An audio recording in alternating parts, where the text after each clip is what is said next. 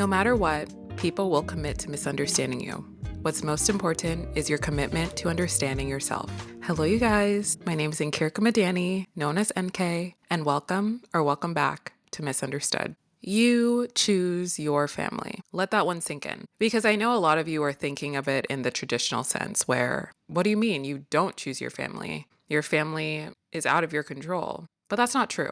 There are so many ways that you are in control of who you give your energy to and who you let in your life. This statement means a lot to me in particular because I have spent a lot of my years of life thus far struggling with the idea of family. Struggling with what family really means and how to feel comfortable with the essence of a family. And a lot of this stems from childhood, as most people often experience. So I want to go through many parts of my life with you guys and share how I have arrived at where I'm at today with family. And before I begin, I want to make it extremely clear that even if you right now, as you're listening to this, are struggling with your sense of family, maybe your sense of belonging to a family, it's okay. You are okay. It's not something that is easy at times, and the pursuit of family is tough, but very much worthwhile once you truly feel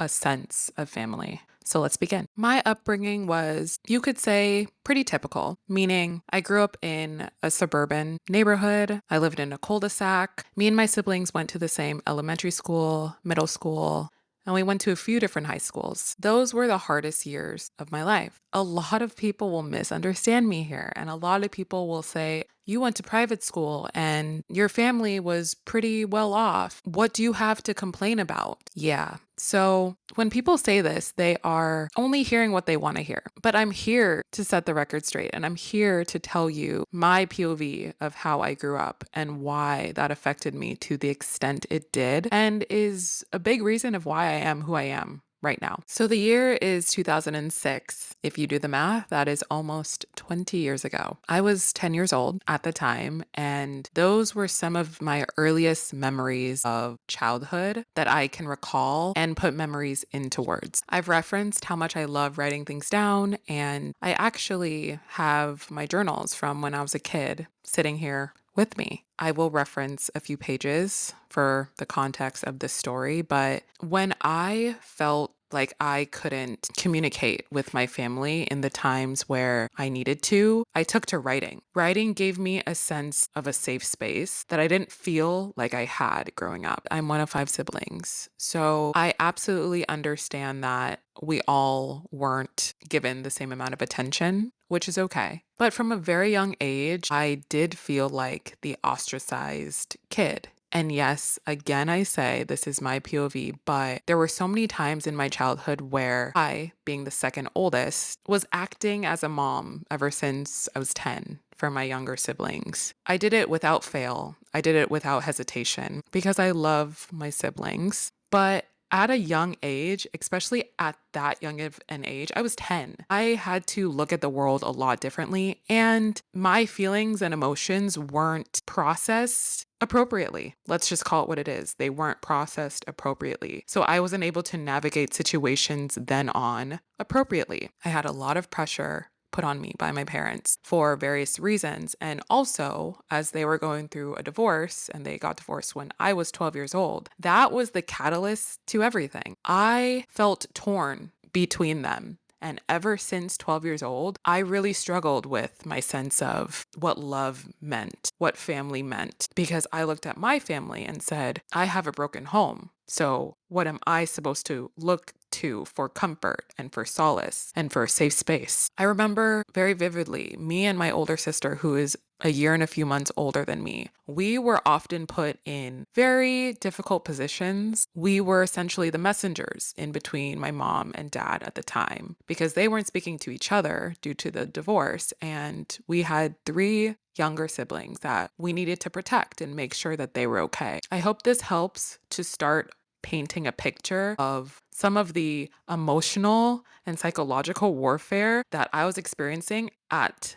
the ripe age of 12 years old. As the divorce drew out over years, my relationship with both parents suffered tremendously. There were years of my life that I was really close with my dad. Currently, I'm not on speaking terms with my dad. There were years of my life that I was very upset and angry with my mom, extremely. I wanted to leave Washington so badly to get away from my family. You know how I said in episode 1 that I had a burning need to be an individualist? Yeah, that goes a lot deeper than that statement. I felt stuck. I felt sad. Dare I say depressed? And I don't want to take that word lightly because I understand people can be clinically depressed. And I will go on record and say I was never medically told that I was depressed. However, all of the symptoms and signs were there. I even remember in high school, I started going to the school counselor to get reprieve from home life. I was told I was silly and overreacting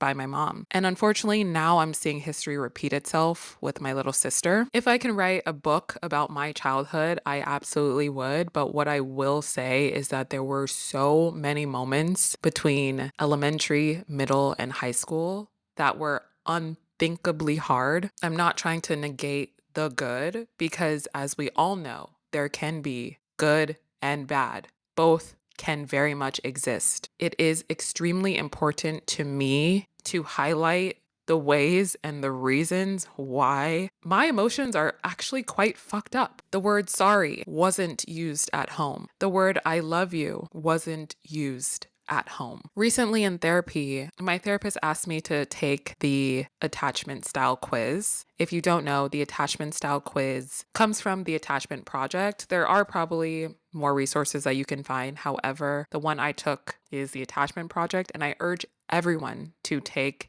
that quiz. That quiz will really highlight and identify exactly what attachment style you are, which is extremely important to further understanding yourself. And remember, this is misunderstood, and we are absolutely committed to understanding ourselves more so that we're able to move through the world in a better, more healthy way. I'm sorry, I am getting very emotional. 1 second. Upon taking the quiz, I learned that I have a disorganized, fearful, avoidant attachment style. I'm going to read direct excerpts from this PDF so that you guys know that this is from a trusted source. I'm not just saying information. Again, this is from the Attachment Project. Due to the disorganized attacher's desire for intimacy and love and intense fear of rejection, they often display an I hate you, I love you pattern of behaviors in relationships. In these situations, the traits of the anxious and avoidant attachment styles are fighting against each other for manifestation. Some of the characteristics of this style are you might exhibit unpredictable patterns of behavior, search for affection and approval, yet on the other hand, you may become jealous and suspicious. You desire relationships and love, but believe that you are not worthy of it. You have difficulty opening up, trusting, and bonding with others because deep down you believe that person or people will abandon you. This page was really eye-opening for me, so I want to read this one as well. This page is titled, How Does Your Attachment Style Develop? The disorganized attachment style is typically formed during the formative periods of a child's life. It is thought that this attachment style forms from the child perceiving their source of safety from the primary caregiver as scary or fearful. The genesis of this perception of fear is often rooted in chaotic, frightened, or frightening behavior from a caregiver. At times, the caregiver may be frightened of their child and the ability to parent effectively, but they may also act frighteningly towards the child. Sometimes this frightening behavior might be aggressive or threatening toward the child or other people. In more extreme circumstances, the caregivers might be abusive. This pattern creates an internal conflict for the child. Their source of safety is also their source of fear. Who do they turn to when their world becomes frightening or threatening? And then the last part I want to read from this PDF are the 5 conditions for secure attachment. And obviously, secure attachment is the gold standard. This is what we all strive for in every type of relationship that we will ever have. This is what you want. Number 1, felt safety. Number 2, feeling seen and known / attunement. Number 3, felt comfort / soothing and reassurance. Number 4, feeling valued / expressed delight. And number 5, felt support for best self. Again, I want to reiterate that everyone's attachment style is different, but it is extremely important to know your own attachment style because that is how you can effectively move through the world and understand yourself more, as well as letting the people know in your life that this is your attachment style so they are better able to navigate relationships with you. Me knowing this now as a 30-year-old is great and all. It really is. Now I understand why I am the way I am because of how I was raised. However, this would have been very helpful all those years ago, but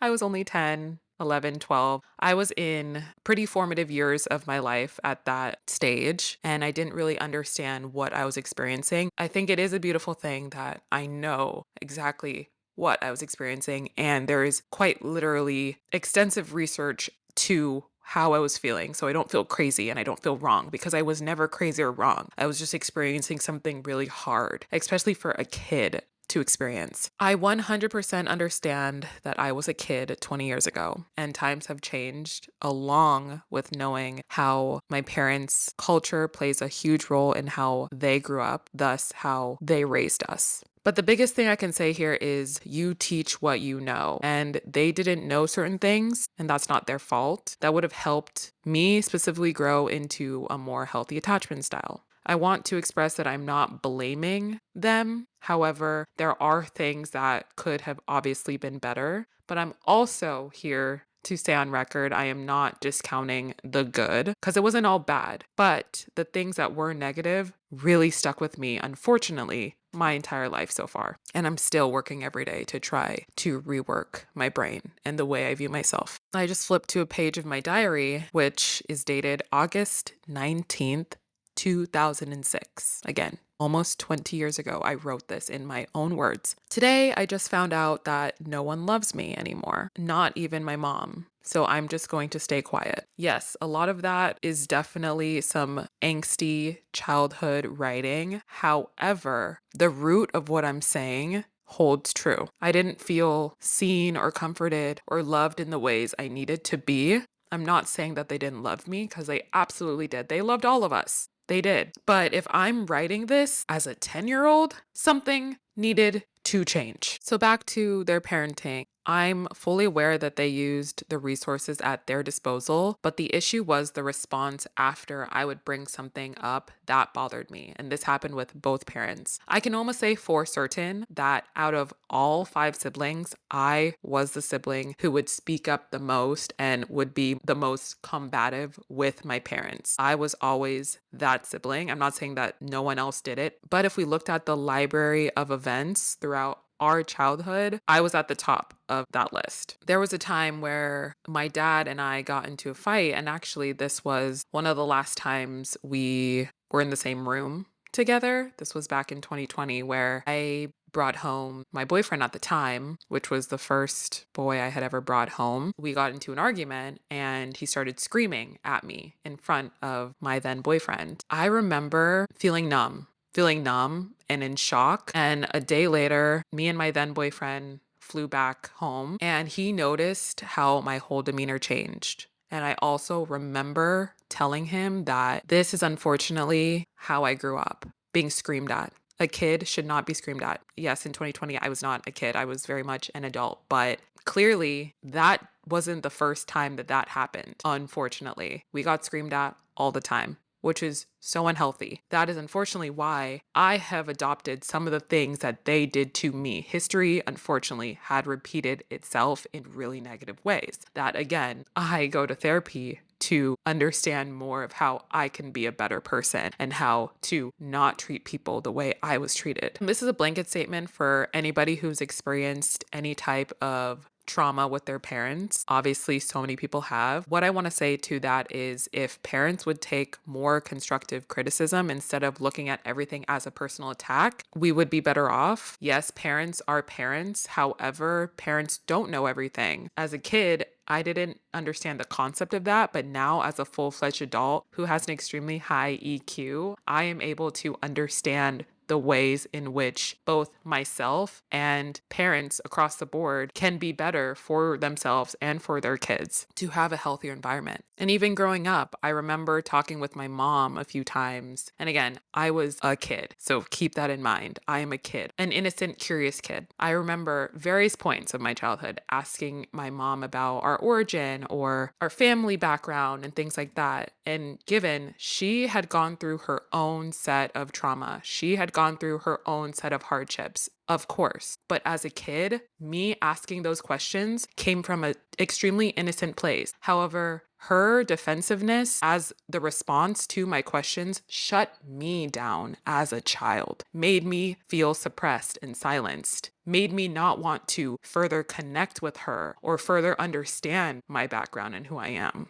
That's how deep it gets, y'all. Like, I'm saying this solely because it's very deep. It's so psychologically traumatizing. My family doesn't really know me. They don't know the inner workings of my brain. They don't know a lot of the things I've gone through in my life. And it's mostly because I've never felt that it was a safe space to open myself up. When I was a kid and didn't know better and was very innocent, I would try to open up and I would try to share a little bit of myself, but that was always met with distaste. And after a while, you start to shrivel up and you close yourself off because you don't want to get hurt. This is not a unique experience. So many people experience this where they are in situations that don't feel safe and don't feel comfortable. There was one year that none of my family members reached out to me on my birthday. And in years past, I expressed how important that was to me specifically. Mind you, everyone is different. And when someone expresses when something is important to them, you would think the people on the receiving end would take that into consideration. So it was one of the hardest pills to swallow that a lot of people in my family don't outwardly value me in the ways that I outwardly value them. I needed to go where I felt reciprocation. I needed to go where I felt comforted. And unfortunately, growing up, home did not feel like a home, and family didn't feel like family. But now I want to switch gears and talk about stuff that are more positive. Before I go into this segment, I want you guys to do a little exercise. Think about one person that means the world to you, your favorite person on the entire planet. Keep that person in mind while you listen to this segment. I want to talk about the light in my life when it comes to my actual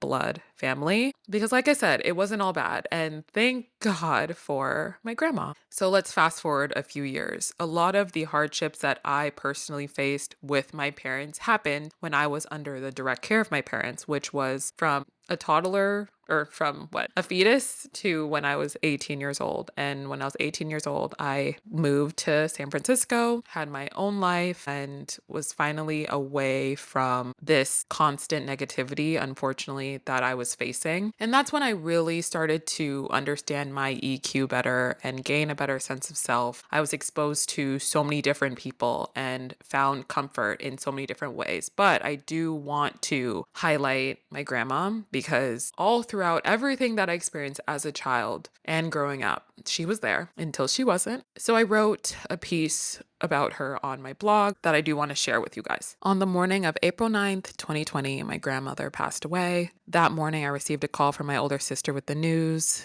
As she cried while delivering the information, that was one of the only times in my 25 years of life that I felt completely numb. Void of evoking an immediate emotion, I remember taking a long pause, then continued to repeatedly question what I just heard. It was concluded that she died in her sleep, with no illness determined. Once I finally got off the phone with my sister, I took a moment to close my eyes and resurface bit by bit moments with my grandmother that I cherished. I started to sink into that painful and gut-wrenching pit in my stomach, and an outburst of tears surged from within me. I cried for so many reasons. The most prominent reason was that I felt an insurmountable weight of guilt on my shoulders. The last time I spoke to my grandmother was December 27th, 2019, before my flight back to San Francisco. We had 3 separate in-person conversations while I was home for the holidays. All of our conversations centered around my relationship with my mom and how my grandmother wanted peace and happiness in the family. My grandmother will forever be the wisest, most caring woman I have had the utmost pleasure of knowing.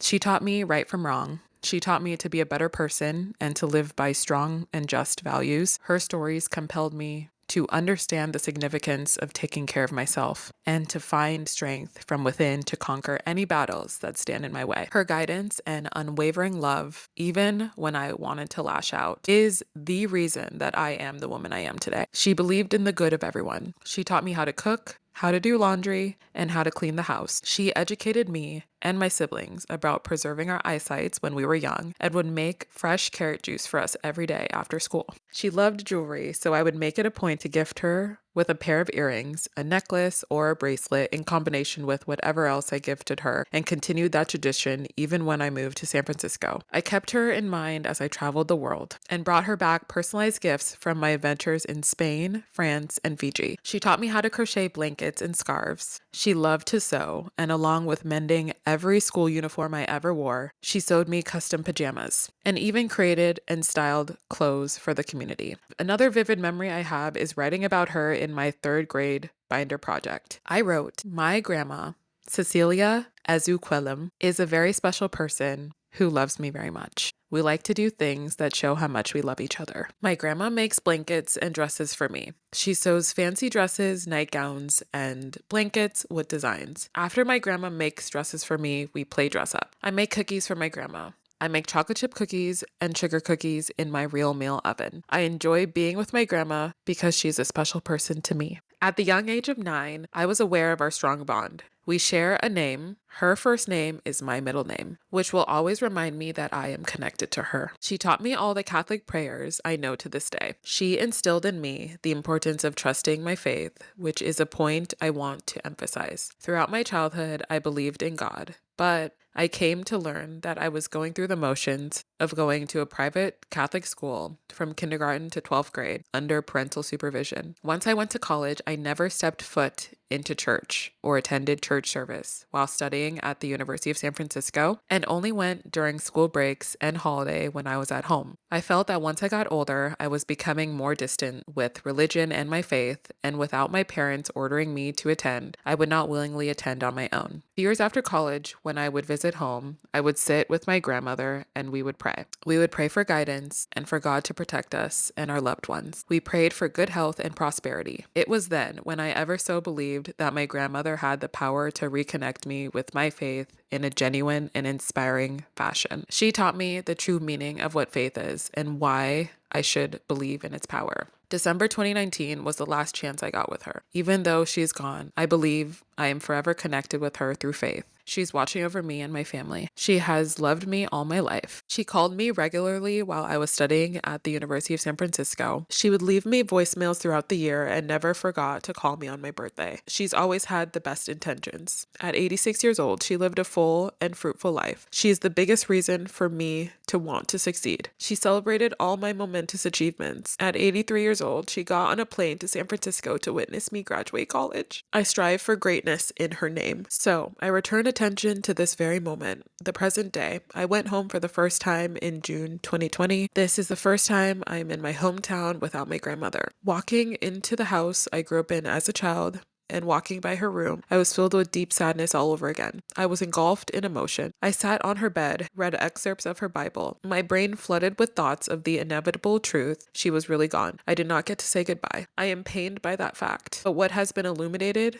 by being home is how thankful I am to have grown up here. This time has allowed me to settle into the mental reset my brain is performing. This time has allowed me to unlock a peaceful compartment of my mind where my grandma will always reside. I'm thankful to have lived my life up until this point with her. Here is where she will always be. Home is where she is with me. Memories of her will never dissipate. As I carry on every day, I am rejuvenated by the lessons and advice she would share with me. I carry her heart in my hands. I look around my hometown and feel her presence. Her presence will forever live on. On June 20th, all my siblings were under one roof. We got together to celebrate graduation for my little brother Junior and my little sister UK. In the midst of the celebration, we all took the time to think about our grandma, the woman who invigorated our lives the second each of us were born, the woman that sacrificed everything in order to take care of our family, Even when we have family squabbles, that day allowed me to understand that those conflicts are largely insignificant in comparison to the love that surrounds us. This moment in time we shared meant the world to me. As we all leave and go back to our respective places, we will cherish this moment in time and remember that our grandma loves us deeply and will always watch over us.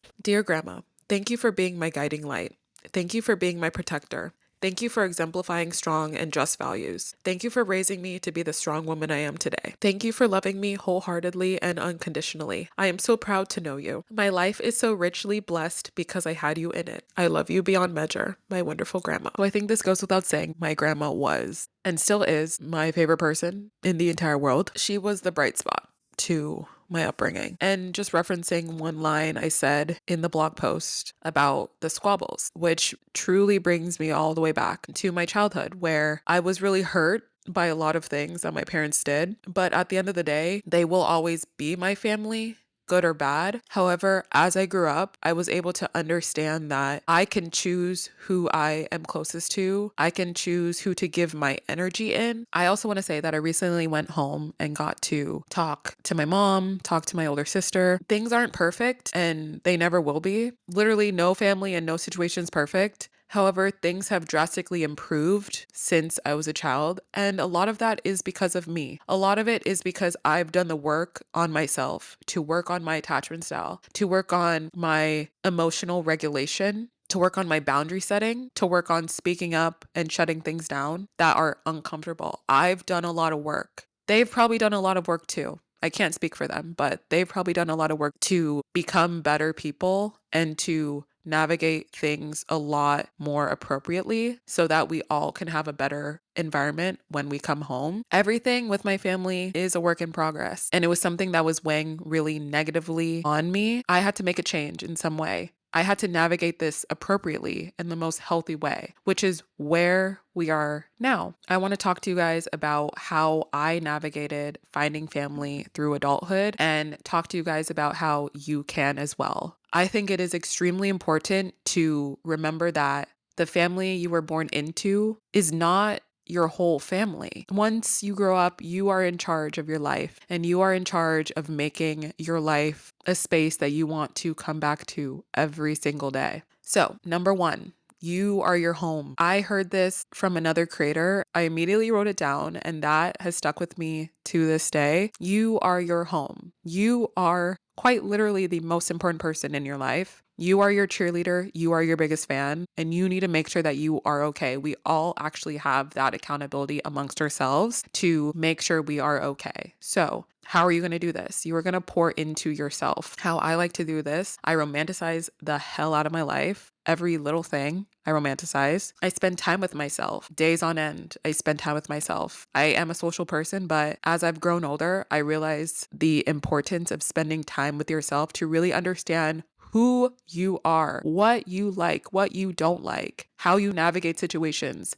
how you sit with yourself with your own thoughts. All of that is so important, and all of that work has to be done solo. You know what you need. You know what you don't. You know how you're going to better serve yourself. No one else can really tell you that. So by sitting with yourself and studying quite literally who you are to gain a better sense of self is the most important thing that you can do in your life. Number two, being vulnerable with people who have earned your vulnerability. Let me make that very clear. The people who earned your vulnerability, the people who earned a spot. I've fallen in a negative trap along my journey of life thus far where, because of my attachment style, I have put a lot of emphasis on people who did not reciprocate. And then I get sad, and then it's a really negative cycle. That is unfortunately attributed to my attachment style. But what I've learned through therapy and through life experience is I am only going to pour into the people who are pouring into me. I am only going to reciprocate energy. It's true when they say you should be showing your full self only to the people who deserve to see it. Don't give your whole self away for people who couldn't care less or don't really give a shit about you.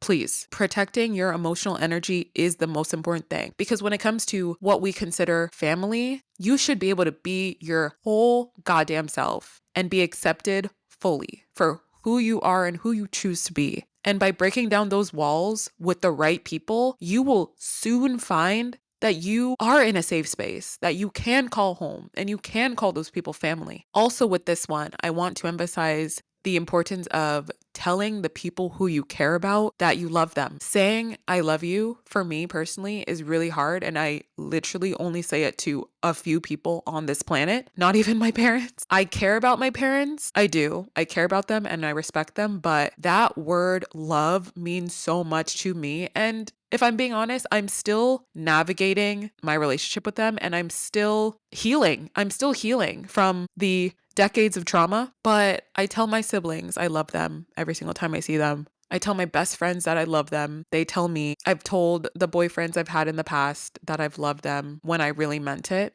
But other than that, I don't use that word lightly. And honestly, I hate when people just throw around, love you, I love you. We're forgetting the plot. We're forgetting the meaning of that word. That phrase, that statement holds so much weight. I would tell my grandma, I love you every single day. She would tell me that too, since I was a kid, which instilled in me that she truly cared about me. Outwardly, again, outwardly is very important. I'm a words of affirmation person, and she knew that. And she did her best to show me those ways that I needed to be cared for. She left me voicemails while I was in school, even at the age that she was at. So there's really no excuse for anybody, in my opinion. All of this is to say that be vulnerable with the people who earned your vulnerability and reciprocate that, and tell the people who you really love that you love them, because that's the foundation of family. You really love that person, so tell them and express to them, if they don't do it already, how important it is for you to hear that too. And number 3 is expanding your idea of family.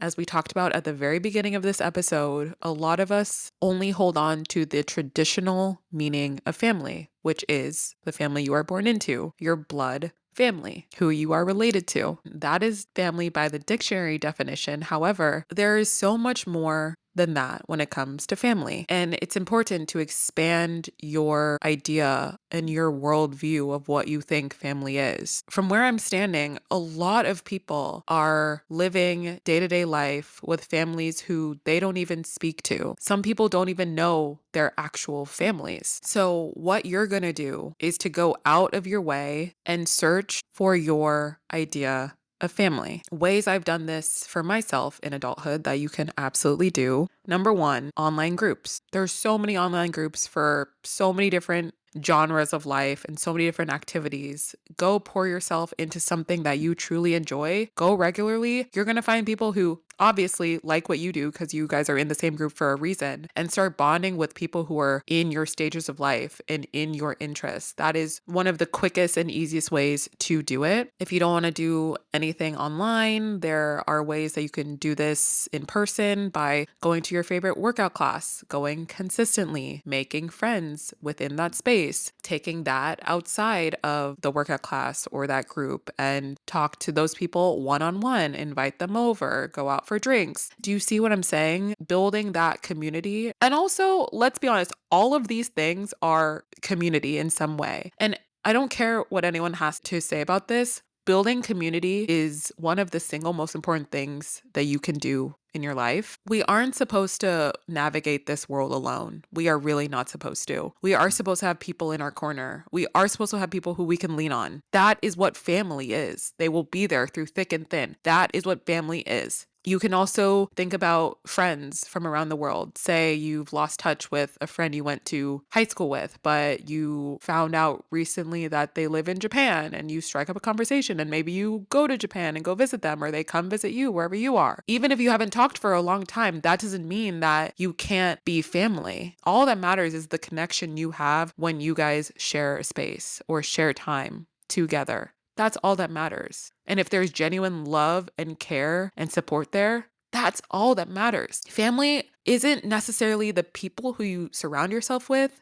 Family is the love that connects you, the care that is shared between you. That's what family is. And that bond won't just break through time or through distance. It shouldn't. If it's as strong as it should be, it should not break. The last one I wanted to bring up, going back to the online example, outside of the online groups, even if you're in a position like me where you're a content creator, and even on this podcast, hopefully we can create our own little community here where you feel seen and you feel understood. I'm thinking about possibly making a group chat or group me situation so that we can all cultivate a community here as this podcast grows. But when I think about my other social channels like YouTube, for example, I feel so connected to my community. They've seen me through a lot of stages in my life, and they've also supported me from afar and have been my biggest cheerleaders and support system. That's family too. That's my family. People who, even though I don't know everybody by name, we are bonded by something. We are bonded by our love and care for the platform, for the type of videos I share. And I love when people in my comments start meeting each other. Like I've literally screenshotted accounts where people are meeting each other and hanging out. And that just makes me happy because I'm facilitating something bigger than myself. Family